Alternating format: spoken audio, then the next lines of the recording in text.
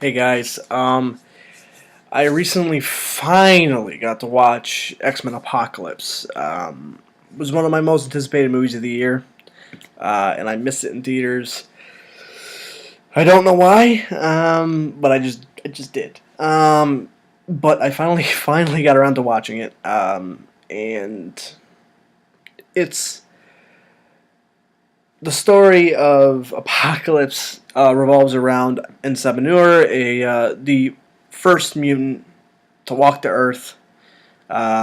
He is awoken after a very, very long sleep, and he comes back to take what is rightfully his, which is the world. And he enslaves Magneto, Angel, Archangel, Storm, and Psylocke to do so. So Professor X and the same people you got Mystique, you got Beast, you got my boy Cyclops, you got Jean Grey now. So Cyclops, Jean Grey are being reintroduced. Um, Nightcrawler, new Nightcrawler, who's I'll get to Nightcrawler. Like all these characters, uh, they're all gonna fight. They're all gonna fight against each other to stop the apocalypse. Um, so before I get into this, I just want to say this was my second most anticipated superhero film of the year. I had this over Civil War. No shit, not bullshitting you. I had this above Civil War because I love the X Men franchise. I've been a huge fan of them since I was a kid. It was one of the first superhero movies I ever saw was X Men, and it is one of the ones that ignited my love for superhero movies, along with the original Spider-Man movie. And so from that point on, I've seen every single X Men movie. There have only been two bad movies. That is no, not First Class.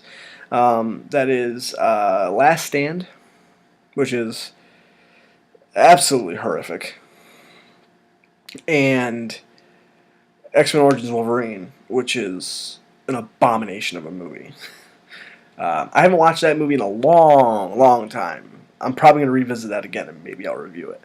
But God, that movie was so bad. I remember being so excited for that movie and just hating it.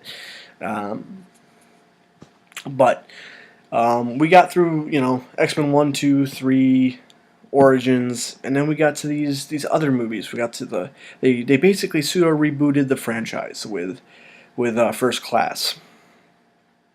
First Class is my favorite X-Men film. It is incredible. It's in my top. It's got to be at least. It's in my top 15 favorite comic book movies ever made.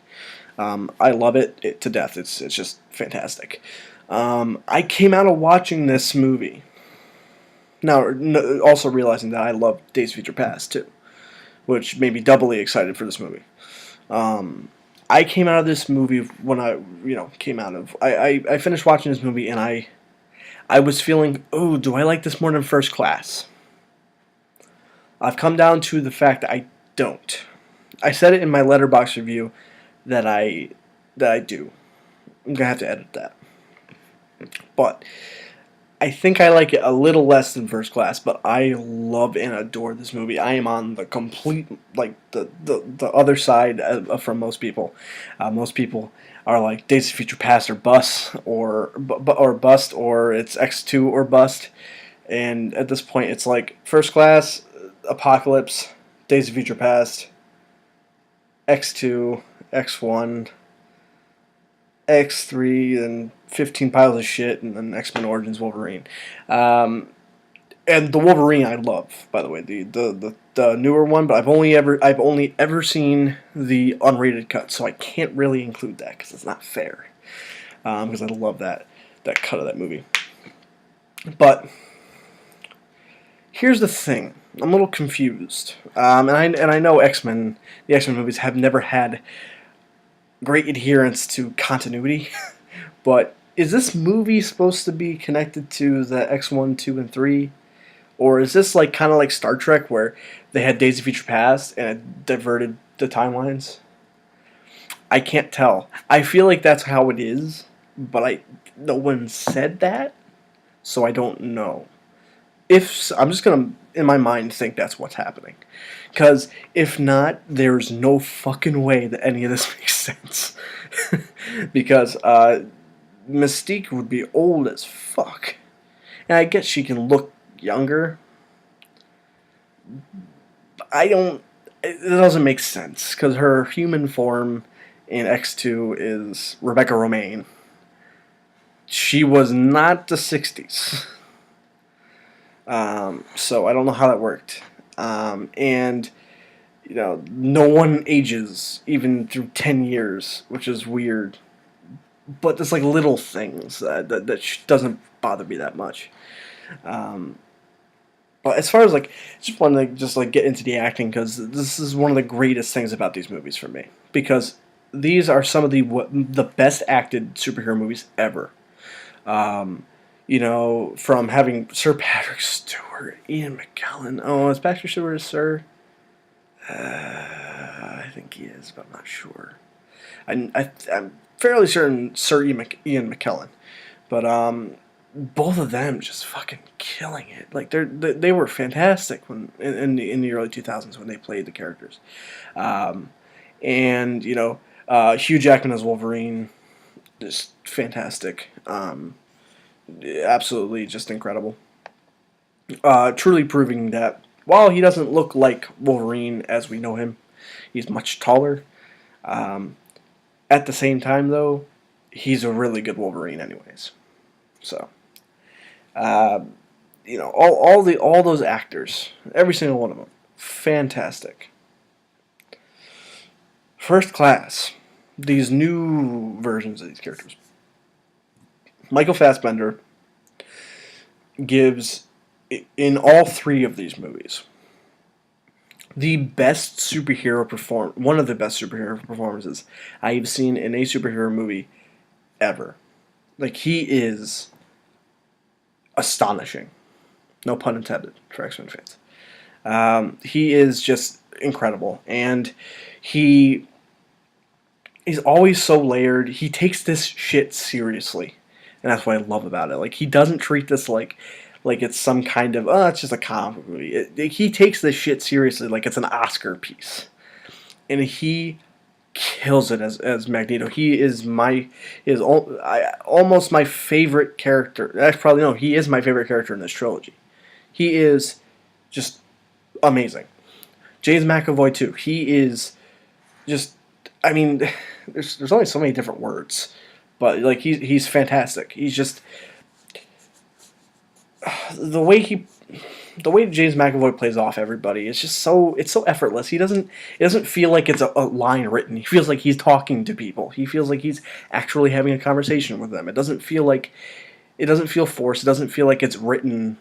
It just feels like a conversation, which is great. Which is a testament to the writing and the acting because the line delivery is perfect. And some of his humor in this movie is just perfect, with Hank McCoy involving Rose Byrne's character Moira. Just some gold chemistry, gold chemistry and gold fucking comedy.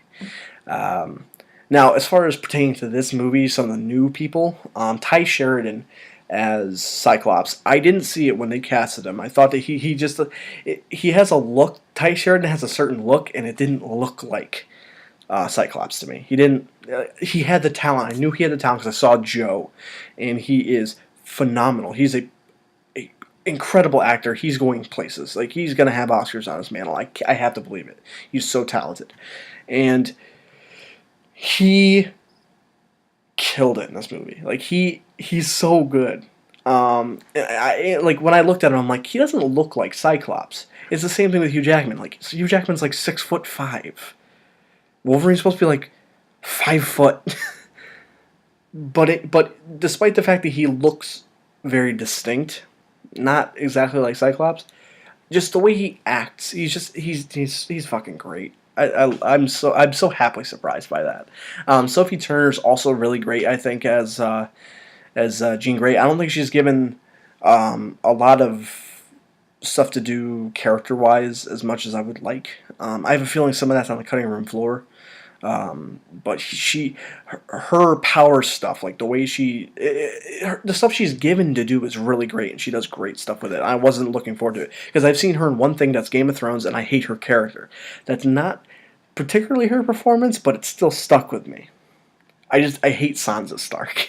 At this point, I'm only like in season 3 of Game of Thrones. I know, shoot me, but I don't like her very much in the show. But she's really good in this movie. And I love her as Jean Grey, so I'm excited to see where she goes, and the way that she works off of Ty Sheridan as Cyclops is great, and I'm glad they didn't rush their romance into this movie because if you know anything about these movies and about these comics, they have their romantic relationship, and they showed kind of like they showed hints that like they might kind of start having feelings, but like they're not really. It's like they're hinting at things. They're gonna continue with that, but they don't rush it into this film. Like they never talk about their feelings for each other or anything. They don't kiss, nothing like that. They don't rush their relationship, which is awesome. Can't remember her name. Her last name is Ship, but I can't remember her first name.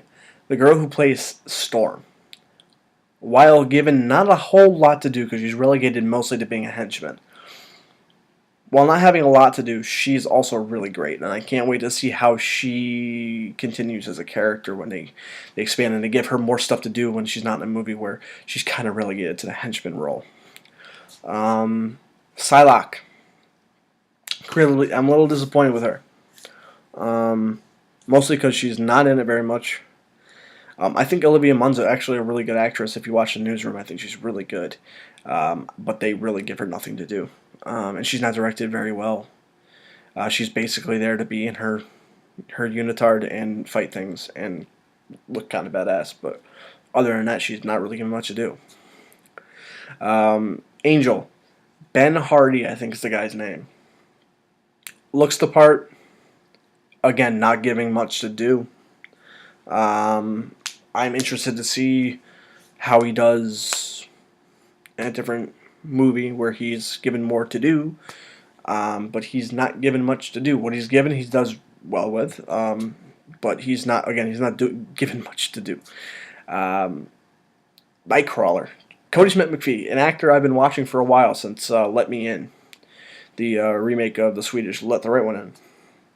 Both of which I think are fantastic movies, by the way. And he's great, and he's fantastic in Let Me In. He's great in this. He is the young version of the Nightcrawler that's in X2. Like, he is awesome. Like, I'm so pleased with how they managed to do his character. Like, his performance is great. I wish he does stuff. Like, they give him things to do, but it's like, I don't know. I want to see a whole movie that's just about the X-Men in the mansion talking to each other. It's not something that most superhero fans want to see, but like somebody who knows the X-Men, there's a lot of cool stuff they could do with a show. I'm going to lose people here, but imagine a CW show. Hold on. But a CW show where it's about these mutants that are in the mansion, and it's about their day-to-day lives, their relationship with each other, and them fighting, supervillains. So it's like Buffy the Vampire Slayer, kind of, but there's no like main. I don't know. Maybe I'm stupid, but I just think that'd be a great show because you could do a lot of interesting things with that. But Nightcrawler's great. Now, there's a girl in here, and I can't remember her name. The girl who plays Jubilee looks perfect. They give her literally like one line. She had a scene, I guess they had the scene, the mall scene, which I have not seen yet. The mall scene that they cut from the film. I'm assuming she does more in that scene. I know she's in it, but I'm assuming she does more in that scene. But she doesn't do much. She doesn't do anything. They basically cut her out of the movie, which is upsetting. But she looks the part. I don't know if she can act, but I'm interested to see if she can. So, if she shows up in the next one, whatever it's called in the '90s, then cool. Or if she's in that new Mutants movie that they're making, cool. Show me what she's got. Um, I don't know an overwhelming amount about Jubilee, so I'm probably gonna just go read comic books and find out. But I'd like to see if this girl can do anything. I know what Jubilee looks like, and she looks like her, so that's cool. But the look isn't everything. Now, let's talk about the elephant in the room. Jennifer Lawrence. Jennifer Lawrence is one of the greatest actresses in general right now. She's endlessly talented. I know people are like, oh, she's in everything now. She's overplayed. Oh, that doesn't change the fact that she's incredibly talented. And she's going to have like 12 Oscars on her mantle before she's done. And she's going to deserve every single one of them. Like, she's incredibly talented. But she walked through half this movie. Sometimes she gave a pretty good performance, but some of this, she was just phoning it in. And it pissed me off. I get it. You don't want to be in these movies anymore. But you accepted a paycheck. Therefore, you do your job. Act. I get it. And I get, like, she doesn't want to be in the movie. I understand. It's fine. But do your fucking job. Please. Like, watching some of your line delivery was super... I'm talking to Jennifer Lawrence. Watching her line delivery was kind of really painful at times, depending upon what scene it was. There were some good scenes where she gave her lines very well. But, God, does she have some bad ones. Some really bad ones. And her makeup this time around was bad. Like, really noticeably bad. I don't know what was going on there, because it looked really good in the past two movies. So I don't know what's going on. Anyways, continue on. Oscar Isaac as Ensabanur, or Apocalypse as he's known to most people. I thought he killed it. I think they could have given him a little more to do, especially towards the end, during the big climactic battle. Okay, this is Apocalypse, not Age of Apocalypse, but in the story that most people know, for Age of Apocalypse, he has a big showdown with Magneto at the end. They don't really do that in this movie. It's been out since May, so I'm not gonna like overly spoil it, but like they don't do that, which is kind of upsetting because I actually kind of really wanted to see that, but. Overall, it's like that's not something that's like it's not Age. This is not called Age of Apocalypse. They never said we're adapting Age of Apocalypse. Therefore, it's not really a valid criticism. So, I don't care very much. But it's just something I would like to see. That's just kind of a thing that would be kind of cool. But Oscar Isaac, as far as the performance goes, he was really great. I think he was really good and very intimidating. Was a physical threat for everybody, and seeing him take on Professor Xavier through the mind was really cool. That was a very inventive sequence. I'm very I can't understand why people didn't. I mean, his opinions. It's subjective. I get it. It's art. Whatever. People have their own opinions. But like to me, I can't wrap my head around this. Like, I don't know how this movie could be bad. Like, maybe you don't like it as much, but bad, I don't know. It's a well done movie. Oh, Quicksilver! What the fuck? What am I doing? Quicksilver in this movie is fantastic. They gave him more to do this time around than they did in Days of Future Past, and his Quicksilver sequence in this movie is way better than the one in Days of Future Past, and I love the one in Days of Future Past. Oh my Jesus.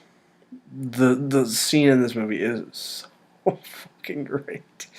Dog with the pizza, that's all I gotta say. Just fantastic scene. Evan Peters is killing it. He's doing so great.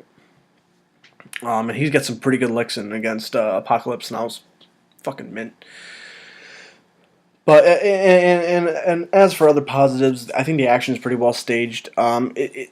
Sometimes the camera work could be a little better, but I think everybody gets their moment to shine, which is what I really like about it.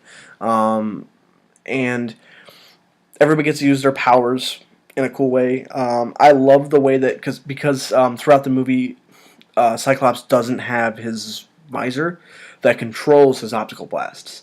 So he's kind of like when he takes his glasses off and he shoots his optical blast, it's not focused, so it just fucking tears things up. And it's so, like, seeing that kind of thing where it's just unleashed is so cool. And he just, he destroys shit. Like, he's so cool to watch. And there's a certain thing at the end that people who've seen the movie know what I'm talking about, where a certain character does something that hints towards something else later on down the line against Apocalypse that helps them beat Apocalypse. That was really fucking cool. And it's just, that was a good sequence. Fighting Apocalypse was really cool. Whether or not I wanted to see Magneto just go straight toe-to-toe with Apocalypse is a different story. But having them all fuck him up was really cool. All of them using their powers, awesome. Just loved it. It's so cool. This movie was just like it was a movie. For one thing, the tone for this movie, while it's like an end of the world plot, and shit's going down, and Apocalypse is fucking straight cutting people's heads off with pulling stuff out of the wall and cutting people's some cool stuff, cool visual effects. All these kind of dark things are happening. They don't lose their sense of humor. This is a problem with some movies that have dark themes, and I'm not going to point fingers at movies because I don't want to start a whole fucking thing, but this movie knows how to have dark themes, have dark things happen, but still maintain humor and lighten the mood when they need to do that. That's a very, very important thing. And because dark shit happens in this movie, like really dark shit. Not gonna spoil anything, but a scene involving Magneto in the forest, absolutely heartbreaking. But they know how to reel it back in and make it lighter again, while not diminishing the emotional payoff for that scene. This is very good writing and very, very well done editing too. This movie doesn't drag at all.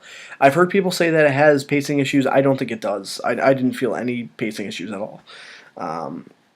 Maybe I just didn't feel them, but I thought that it was a very well paced movie. Again, like the performances are great. Special effects for the most part are really great too. There were a couple of moments where I saw some things and I'm like, ooh, that's weird. But like that happens in a lot of movies. Even in Civil War, I saw that a couple times. So it's like, it's not.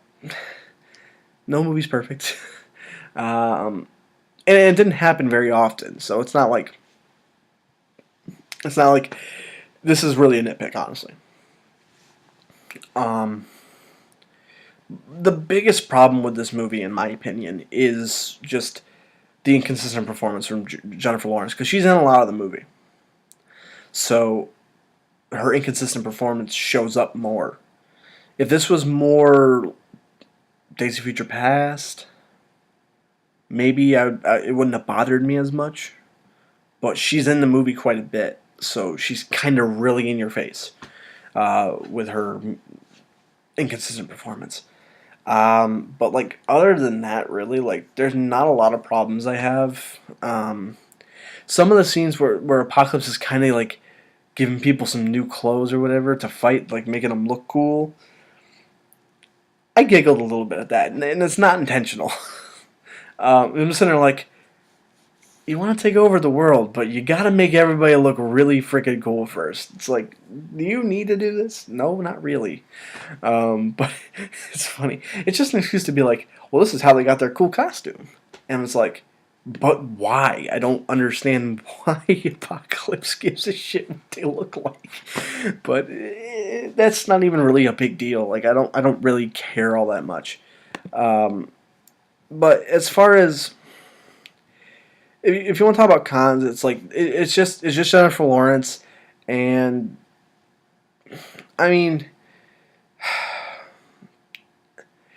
I there's not like again like there's not really a big problem with this movie, and I was just yes I was checking notes. I have notes sometimes, but yeah, like this movie again, Rotten Tomatoes, not a review site, an aggregator site. This movie's like a 45 or something. And while I didn't read a lot of the reviews personally, it's like, really? That many people didn't like this movie? Or that many people gave this a rotten score? Like, when I saw that they were reviewing it when it first came out, I was like, wow, really? That sucks. And then I watched the movie and I'm like, what the fuck? Like, this is I think this is a really good movie. It's the second best comic book movie of the year for sure. It's up there really high for me. I really really enjoyed this movie, and I can't wait to watch it again. Maybe through another viewing, maybe my score will go up, maybe it'll go down. We don't know, because First Class was not always my favorite X-Men movie. X2 was my favorite X-Men movie for a very long time. But upon rewatch, First Class became my favorite. So it can always change. Man of Steel also wasn't always my favorite superhero movie ever made. Upon rewatch, became my favorite. So I'm going to probably rewatch this. We'll see what happens. If it changes, maybe I'll make a video. Maybe I won't. I don't know. But at this point, I really liked it.